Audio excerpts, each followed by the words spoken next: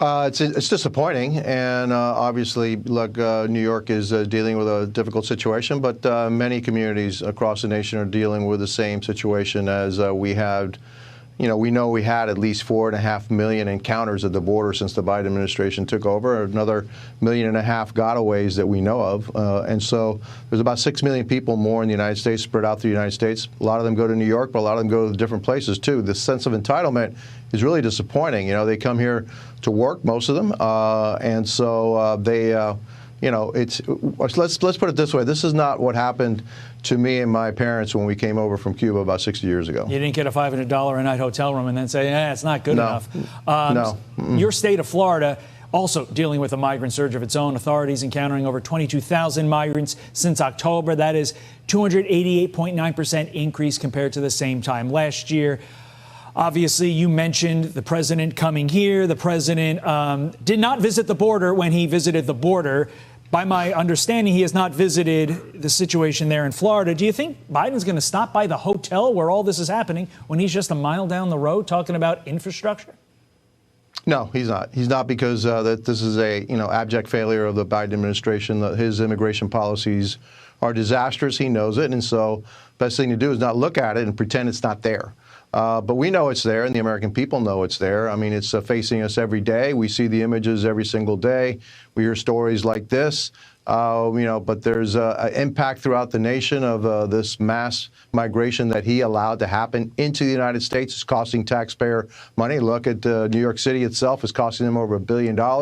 I've asked the Secretary of Homeland Security how much taxpayer money is being spent on the migrants that they allow to enter the United States. How many are still in the United States?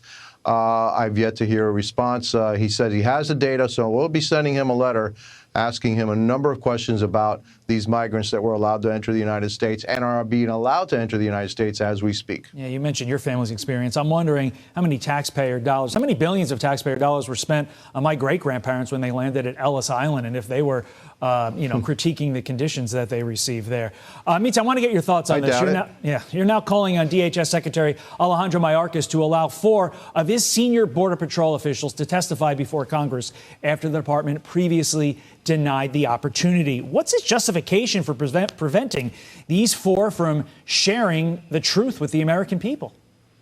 Well, I think they believe that they have the right of first refusal, and they have the right to determine who it is that's going to come before us as we investigate what's actually happening at the border. We want to talk to whoever we want to talk to. And, if it turns out that those folks have a different perspective and view than the leadership of DHS, then so be it. Then, we'll be happy to listen to the leadership, but we also need to listen to the people that are actually doing the job, the boots on the ground, the ones that are facing this crisis every single day. We want to hear from them as to how we can fix it and why it's being allowed to continue. What do you expect these chief Border Patrol agents would tell the public if they weren't silenced by Mayorkas?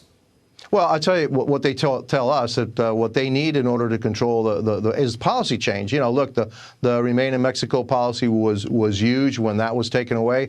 It's not a coincidence that all this started when President Biden basically through executive order wiped that out. Also, that all these are policy changes. They're not asking for a lot more people. They want the wall to be built. They want new technology to help them capture those that are trying to get away. They need the policies to change so you disincentivize people from coming into the United States. And if you do those 3 simple things, then this will be under control, as it was during the Trump years. And so as soon as those policies changed, everything changed. And so you can add 10 million people, 10 million Border Patrol agents down on the southern border. It won't help unless you change the policy. Yeah, and it's the same thing that